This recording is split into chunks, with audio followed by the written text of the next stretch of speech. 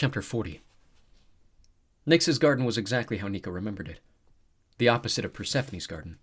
Something beyond death, beyond rot, beyond life.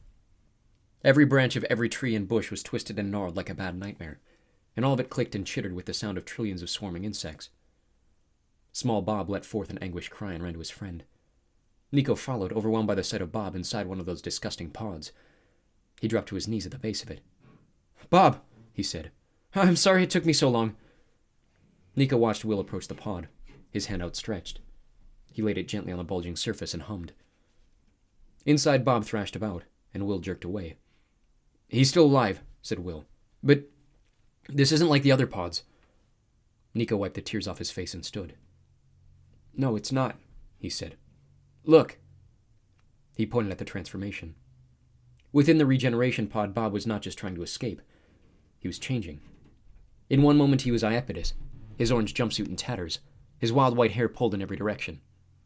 He opened his mouth and screamed at Nico and Will, but they couldn't hear anything. Then in the next moment Iapetus was torn apart. Will gasped as they both watched. The Titan was nothing more than soup and flesh and threads, and then he slowly coalesced. His uniform, the one Hades had given him after he'd become Bob, began to stitch itself together.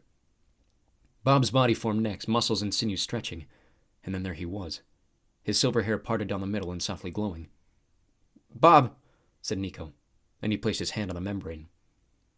Bob did the same, and for a moment they made a connection. "You came," he said.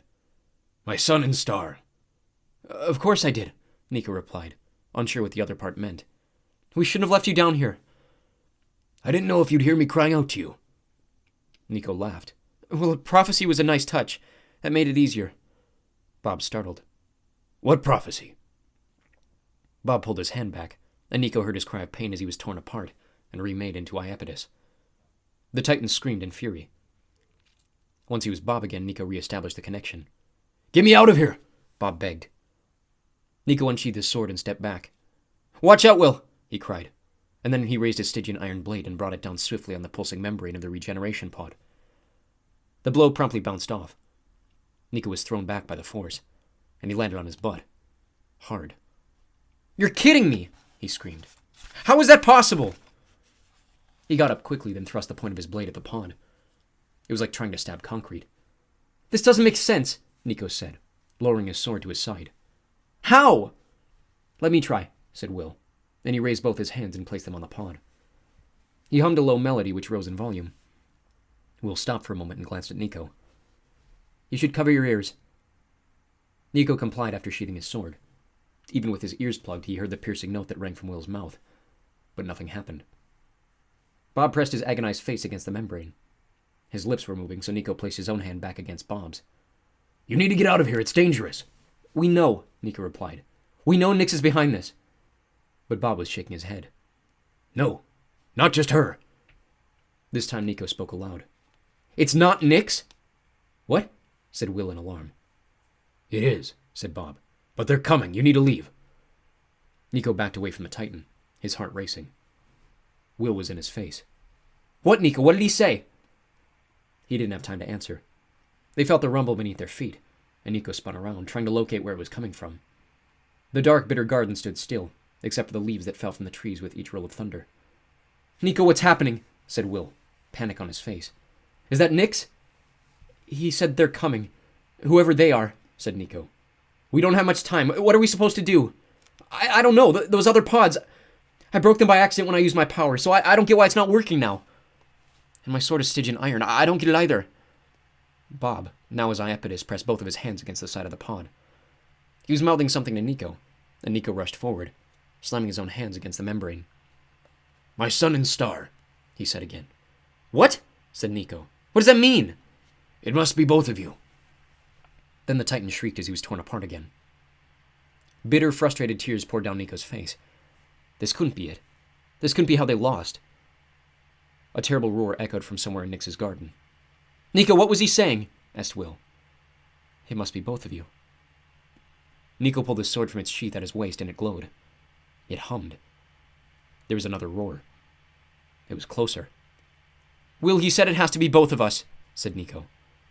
Will hesitated at first, but an epiphany dawned on him, and his eyes went wide. Together, he said. He reached out and wrapped his hand around Nico's, the one that clasped the hilt of the sword. They pointed it at Bob's regeneration pod, and Will began to sing.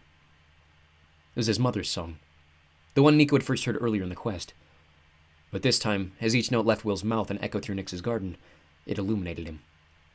Will burned with the brightness of 1,000 suns, and that energy passed through Nico, through his Stygian iron blade.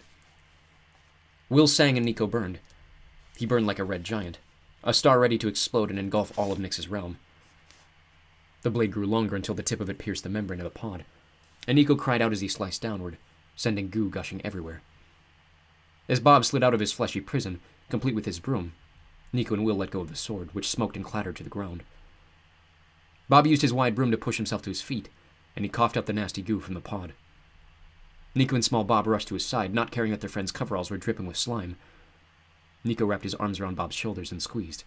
"You're free," he said. "You're free, Bob." Bob breathed heavily, his whole body shaking.